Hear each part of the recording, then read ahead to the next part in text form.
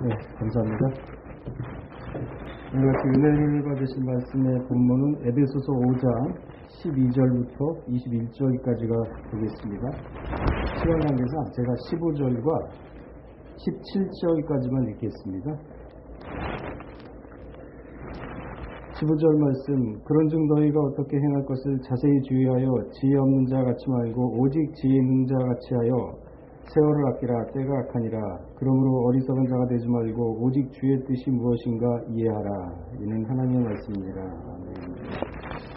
이 제목은요, 시간, 하나님의 크나큰 선물, 시간, 하나님의 크나큰 선물이라는 제목으로 시간에 말씀을 잠시 상고하도록 하겠습니다.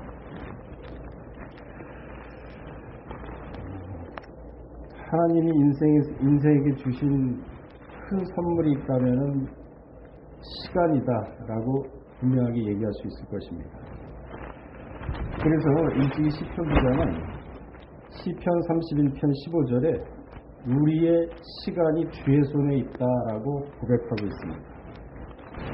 우리 각자 인생들의 시간이요, 하나님의 손에 있다고 분명히 얘기를 하고 있는 것입니다. 그래서 사람이 잘 살아봤자 100년 살기 힘들죠. 그래서 모세는 시편 90편 10절에 강건하면 80인데 그나마도 그 80이라는 시간도 고생과 슬픔뿐이라고 고백을 하고 있습니다. 불교에서는요, 인생을 어떻게 표현하냐면 고해라고 표현하고 있습니다. 고해. 이게 무슨 뜻이냐? 고통의 세계.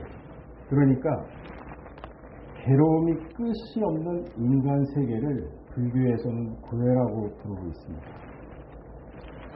맞습니다. 우리가 성경을 통해서 인생의 본질을 파악을 해보면 타락한 인생 자체가 고달픈 인생이라는 것이죠.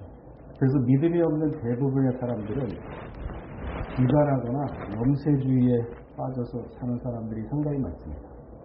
심지어는요, 삶에 의욕이 없다고 세상과 하직하는, 자살해서 세상과 하직하는 사람도 굉장히 많습니다. 사람이 동물과 다른 점이 있다면요, 그것은 분명히 자신의 인생을 자기 주체적으로 살아가는 데 있는 것입니다. 사람은 살아가면서 자기 인생에 명확한 목표를 설정하고 그 목표를 이루면서 나가는 것이 바로 동물과의 차이점이죠. 아니, 그렇지 않다면은 사람이 동물과 뭐가 차이가 있겠습니까? 그렇게 산다 그러면 무미건조하고 삶 자체에 의욕이 없어지고 어제가 오늘이고 오늘이 내일이고 항상 변함이 없는 무미건조한 사막과 같은 인생을 살아가게 되는 것이죠. 그러나 성경은요, 그렇게 되어 있지 않습니다. 분명히 우리에게 길이 있다고 알려주고 있습니다. 제가 가끔 말씀드린 게 성경을 통해서 인생을 보고 성경을 통해서 세상을 보라고 말씀을 드렸는데요. 사무엘상 10장 9절을 보게 되면요, 사무엘 선지자가 사울에게 기름을 부었을 때 사울이 새 마음을 받았다라고 기록을 하고 있습니다. 새 마음. 그러니까 지치고 힘들고 그동안 살아왔던 나태하고 고난스러운 그러한 마음이 아니라, 헛 마음이 아니라 새로운 마음을 주셨다. 그러니까 아침에 일어나면 하루가 의욕이 생기고 열정이 넘치고 그러한 마음이 계속 연속된다 그러면은 우리가 독수리 같은 그러한 올라가는 신앙, 그러한 마음을 준다는 거죠. 어떤 자에게 그런 마음을 줍니까? 가만히 있으면 그런 마음을 주나요? 아니죠. 사모하는 자에게 그런 마음을 준다고 했습니다. 하나님의 말씀을 아침에 일어나서 제일 먼저 상고하면서 오늘 하루를 어떻게, 하나님의 뜻이 무엇인가 분별하라고 했지 않습니까? 오늘 본문에. 그거부터 생각을 하면은 하루의 첫 시작은 새벽입니다. 일주일의 첫 시작은 하루입니다. 그 새벽이 하루하루 쌓이다 보면은 그 사람은 분명히 믿음이 장성한 신앙의 길을 걷는 것이죠. 그래서 유다서 1장 20절에는 뭐라고 얘기하고 있습니까? 너희의 지극히 거룩한 믿음 위에 자기를 건축하며 성령으로 기도하라 그랬습니다. 에베소 4장 13절에는 이러한 하루하루가 쌓이게 되면은 어떻게 되느냐? 온전한 사람이 되어서 그리스도의 장성한 신앙의 분량까지 이른다 그랬습니다. 노력입니다. 자기 의식적으로, 자기 주체적으로 자기 인생을 이끌어가면서 자기 인생을 살아가는 사람이 있는 반면에 끌려가서 살기 때문에 그냥 마지못해 사는 인생이 또 있습니다. 어느 걸 택하겠습니까? 하나님은 분명히 우리에게 새 마음을 주신다 그랬는데 독수리같이 올라가는 신앙이 분명히 있다, 그런 신앙을 얻을 수 있는 길이 있다 그랬는데 현실이 힘들고 어렵다 해가지고 좌절하고 불평불만하고 그러면 장성함이 있겠습니까? 없죠. 그래서 오늘 본문 말씀처럼 세월을 아끼라, 세월을 아끼라, 세월을 아끼라. 사람은 살아가면서 많은 의식을 하면서 살아가고 있습니다. 때로는 다른 사람을 의식하고 자기 인생을 비교하면서 살아가는 사람이 있는 반면에 자기 인생을 남에게 의지하면서 살아가는 사람도 있습니다. 사람의 얼굴만큼이나 다양한 인생의 모습들이 우리 주변에는 볼 수가 있습니다. 양심대로 살고 진짜 성경 말씀대로 살려고 하고 믿으려고 할 때 눈치 볼 필요 없습니다. 정직하고 성실하게 사는 사람 절대 눈치 안 봅니다. 제가 요즘 보면은 요즘 세상에는 어른이 없다라는 말들을 가끔 듣고 제가 봐도 그런 게 좀 보입니다. 어른이 없다. 물론 생물학적으로 연세가 드시고 나이가 많으신 분들이 있는데 그 인생의 방향을 이끌어줄 멘토가 없다는 얘기죠. 많이 줄었다는 얘기죠. 우리가 30, 40년 전까지 하더라도요. 길을 가다가 젊은이들이 뭐를 잘못해가지고 생판 모르는 사람이 그건 하면 안 된다고 지적을 하면은 그 다리를 모으고 죄송합니다 하면서 고개를 숙이면서 인사를 했습니다. 이건 그렇게 하면 맞죠. 참 세상이 너무 악해졌습니다. 그리고 또한 그러한 어른의 위치를 지키지 못하는 사람들이 많기 때문에 세상이 점점 이렇게 자기멋대로 가는 거거든요. 세상이 왜 이렇게 됐습니까? 그래서 그래요. 분명히 우리 성경은 믿는 자에게 공도와 의를 행하라 그랬거든요. 너희는 세상의 빛이 되라고 분명히 얘기를 했습니다. 근데 우리 전 세계적으로, 전국적으로 기독교인들 믿는 사람 얼마나 많습니까? 근데 대부분 다 뉴스에 나와서 돼지 있고 수갑 차고 고개 숙이는 사람들이 다 예수님인 사람. 하나님의 먹고 마시나 하나님의 영광을 위해서 살라 그랬는데 오히려 하나님의 영광을 달리면서 살고 있거든요. 그러니까 세상에 믿지 않는 사람들이 오히려 믿는 사람을 비난하고 조롱하고 있는데 이게 지금 현실입니다. 과연 우리가 살아가면서 남의 눈치 보면서 의와 공도를 갖다가 행해야 되는데 그러지 못하면서 적당히 세상과 타협하면서 그러고 살아가고 있지는 않은지. 우리 교회 주변에 들어오면요, 직장인들 이렇게 장사하는 분들이 참 많은데요. 들어보면 교회에 대한 안 좋은 험담의 소문이 참 많더라고요.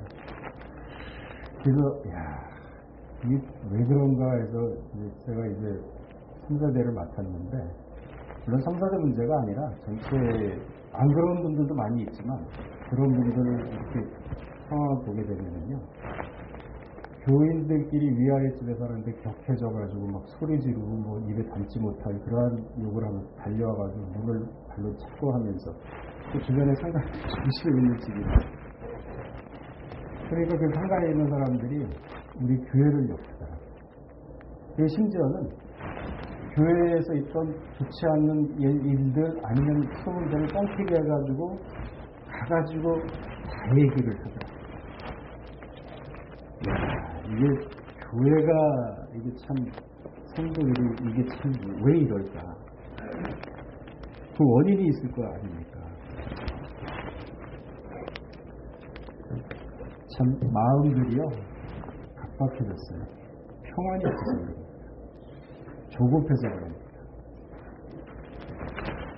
하나님은요 아담이 타락한 이유요. 그러니까 우리가 성경을 제대로 알고 성경대로 살아야 되는데 하나님은요 아담이 타락한 이후에 에덴 동산에서 내쫓으면서요 제일 먼저 시킨 게 뭔지 아세요? 우리 한번 찾아보겠습니다. 창세기 3장 23절.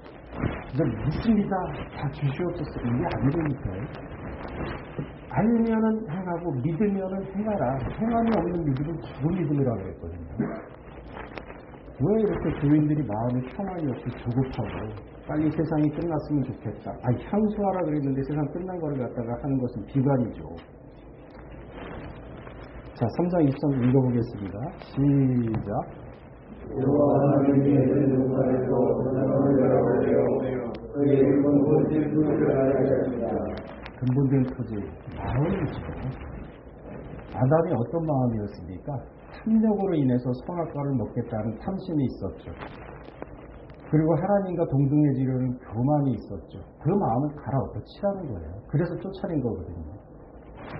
그래서 마음을 갈아버리라. 근본된 토지를 갈아는 게 첫 일성이에요. 세례요한도 그랬죠. 누가복음 3장 4절에 예수님 오기 전에 제일 일성이 뭐였습니까? 주의 길을 준비하라. 오실 길을 곧게 하라. 골짜기는 메워지고 험한 길을 평탄케 하라고 외쳤지 않습니까? 진짜 산을 깎아서 골짜기를 메꾸고 험한 길을 깎아가지고 신장로를 만들 그런 얘기 아니에요. 마음이에요. 마음. 그 예수님은 또 뭐라 그랬습니까? 가시밭길, 돌밭길 그런 곳에는 말씀이 들어가도 잘하지 못한다. 그러면서 부활하셔가지고 제 일성이 뭡니까? 너희에게 평강이 있을지어라 그랬습니다. 너희 나를 따라와서 부활을 주겠다 이런 얘기 안 했어요. 평강이 있을지어라. 다 평강이 없으니까 사람이 각박하게 살아요. 여유가 없습니다. 남을 보게 되면 짜증나도 갈등하게 되고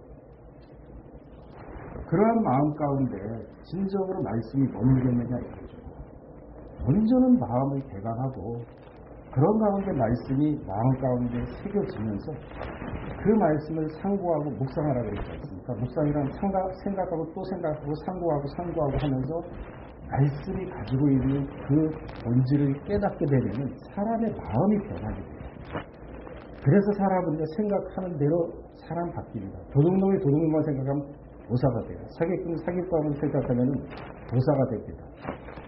믿는 사람이 말씀만 아침에 새벽에 일어나서 말씀만 생각하면 바뀌어요. 그래서 잠언서 4장 23절에 마음을 다스리라 그런 겁니다. 이게 삶의 원리고 진리고 성경의 원리입니다. 수처작주라는 말이 있습니다. 직역을 하자면은 내가 있는 곳마다 주인이 된다라는 뜻입니다. 의역을 하게 되면 언제 어느 곳에서나 주체적으로 행동하고 살아간다. 그런 의미가 수처작주라는 뜻입니다. 공자가 한 말이죠. 공자가 오랑캐 땅에서 살겠다고 하니까 주변에 있는 지인들이며 제자들이 말렸습니다. 모두 나서가지고 아니 왜 그 개화가 안 되고 미개한 오랑캐 땅에서 살려고 하십니까? 선생님 그러면 안 됩니다. 하지 마십시오. 그러니까 공자가 한 말이 군자가 산다면 무슨 누추함이 있겠는가. 문명이 있는 곳이 따로 있는 것이 아니라 공자가 있는 곳이 바로 문명이 되어진다. 그러니까 본인이 가서 자기 인생을 주체적으로 올바르게 살면 주변 사람들이 변하게 됩니다. 변하지 않습니까? 그러니까 우리가 요즘 있고 진정으로 평강교회 성도라 하면은 어디 가서도 남한테 영향력을 미칠 수 있는 수처작주. 그러기 위해서는 내 말이며 행동이며 근본된 토지를 먼저 알아야겠죠. 이게 안 되면요 아무것도 안 됩니다. 여러분 말씀 많이 하죠. 수십만 명이 몰려오는데 수십만 명이 몰려와가지고 주변에 한번 식당에 가가지고 그런 얘기 들어보세요. 안 나간다 그래요. 누가 만들었습니까? 하나님이 그렇게 만들었습니까? 교회가 만들었습니까? 성도 한 사람 한 사람이 그렇게 만드는 거예요. 이걸 바꾸자는 거죠. 수십만 명이 오는 게 중요한 게 아니라 우리가 바뀌면서 수차 작수가 되면은 사람이 몰립니다. 사람이 매력이 느끼면 그 사람하고 같이 있고 싶고 얘기도 하고 싶고 뭔가 말씀도 듣고 싶고 하는 거지. 인격적으로 먼저 그런 게 안 돼 있는데 말씀이 듣고 싶다가도 그런 걸 보게 되면은 말씀을 둘째치고 사람 떠나야 돼요. 수십만 명이 아니라 수백만 명이 와도 소용없어요. 내면의 성장, 인격, 성격, 남을 배려하는 한마디, 이러한 모든 과정이 하루아침에 됩니까? 시간 속에서 이루어집니다. 시간. 그래서 하나님이 우리에게 주신 시간이 큰 선물이라는 거죠. 그 시간을 어떻게 불평불만하면서 인생의 목적도 없이 그렇게 살아갈 것인가? 아니면은 명확한 인생의 목표를 설정하고 주변 사람들에게 영향력을 미치면서 그리스도의 향기를 품으면서 진정으로 먹으나 마시나 하나님께 영광 돌리는 삶을 살 것인가? 어디서 결정이 됩니까? 시간 속에서 결정. 시간은 소중히 여겨라. 한문에서는요, 촌음이라고 합니다. 많이 촌자에 그늘음자입니다. 아주 짧은 시간, 눈 깜짝할 사이, 이게 바로 촌음입니다. 우리가 강건하게 살아도 80이라고 분명히 얘기를 했는데요, 이 순간도 하나님이 보시기에는 아주 짧은 촌음에 불과한 시간인 것입니다. 사람이란 참 그 존재가 어리석은 존재입니다. 아침에 마음 먹으면서 저녁에 바뀔 정도로 중심이 없는 게 또한 사람인 것입니다. 겉으로는 존귀하고 거룩한 척하지만 그 실상은 썩어서 없어질 그러한 흔적도 없이 사라질 존재일 뿐입니다. 그럼에도 불구하고 사람이 천년 만년처럼 살 것처럼 살아가는 게 사람인 거예요. 참 아이러니하죠. 그러니까 자신의 유한성과 인생의 유한성을 사람이 각성을 하고 그거를 갖다 마음속에서 잃지 않고 살아간다면 지혜가 생깁니다. 겸손한 마음이 자동적으로 생깁니다. 이러한 사실을 인식하고 날마다 머릿속에서 그걸 상고하면서 살아간다면 첫째, 하나님 말씀 앞에 겸손하게 됩니다. 그리고 그러한 가시밭, 길밭, 돌밭에 있는 마음을 개간할 수 있게 됩니다. 왜? 유한하거든요. 이게 아니구나. 이껏 해봐야 천년만년 살 것도 아닌데 그 다음부터는 심판이 있다 그랬는데 오늘 하루하루를 인생의 목표를 정하고서 방향을 정하고 산다 그러면 하나님께서는 그 자체가 기특하기 때문에 새 마음을 준다는 거 아니에요. 그렇게 안 살잖아요. 말씀을 정리하겠습니다. 세월 속에서 모든 것이 다 들어있습니다.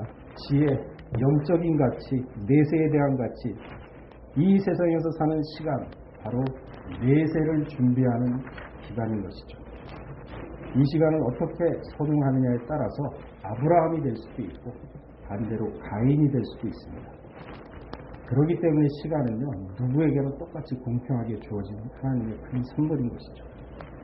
사람은 자기 성찰하는 시간을 반드시 가져야 합니다. 그렇지 않게 되면 내면의 성장을 이룰 수가 없습니다. 학교에서 1장 5절에 그런 말씀이 있죠. 너희 소위를 생각해라. 네가 해왔던 과거의 일들을 한번 생각하고 점검해봐라. 그 뜻이거든요. 베드로전서 5장 8절에도 근신하라 깨어라. 너희 대적 마귀가 우는 사자같이 두루다니는, 지금은요 마귀가 어떻게 해서든지 사람 정신없이 만들고 바쁘게 만들어서 사회생활 힘들게 만들어서 신앙 떨어지게 만드는 세상입니다. 이거를 안다 그러면은 절대 이 말씀 잊어버리시면 안 되죠. 야고보 5장 13절에도 공부한 자는 기도할 것이요 즐거운 자는 찬송하라 그랬습니다. 살다가 향수라 그랬는데 아지못해서 사는 게 아니라 좋은 일이 있으면 가족끼리 모여가지고 외식도 가면서 그 순간도 즐기고 내가 정직하게 번 돈으로 가족하고 같이 즐기는 그 순간에 진정으로 마음의 기쁨과 감사가 있으면 그 감사는 진정한 감사이기 때문에 하나님 받으시죠. 그렇게 살라는 거예요. 그러나 반대로 힘든 날이 또 있습니다. 그때는 생각하라 그럽니다. 왜 이렇게 만들어놨느냐. 전도서 7장 14절에 이 두 가지를 변하게 하신 것은 하나님이 장래, 사람으로 하여금 그 장래 일을 모르게 하기 위해서. 왜? 잠언서 3장 6절 말씀처럼 살라고 제가 시간 관계상 공부하겠습니다. 너는 범사의 그를 인정하라. 그리하면 내 길을 지도하시리라. 보이지 않는 하나님을 진짜 마음을 개간한 상태에서 말씀이 자라는 것에는 의지를 할 수밖에 없습니다. 그러면 우리 삶이나 행동 모든 것을 만사형통으로 이끌어 주시고 인정하면 좋은 길로 인도해 주신다는 거죠. 이 모든 것들이 시간 속에서 이루어지는 과정인 것입니다. 우리 동부인원들 오늘 하루의 시간 어떠한 방향과 어떠한 목표로 정해놓고 살아가시고 이것이 오늘 하루로 끝나는 것이 아니라 때가 가까웠으니까 그날을 위해서 점점 신앙이 상승하는 모두가 되시길 주님으로 축원하겠습니다.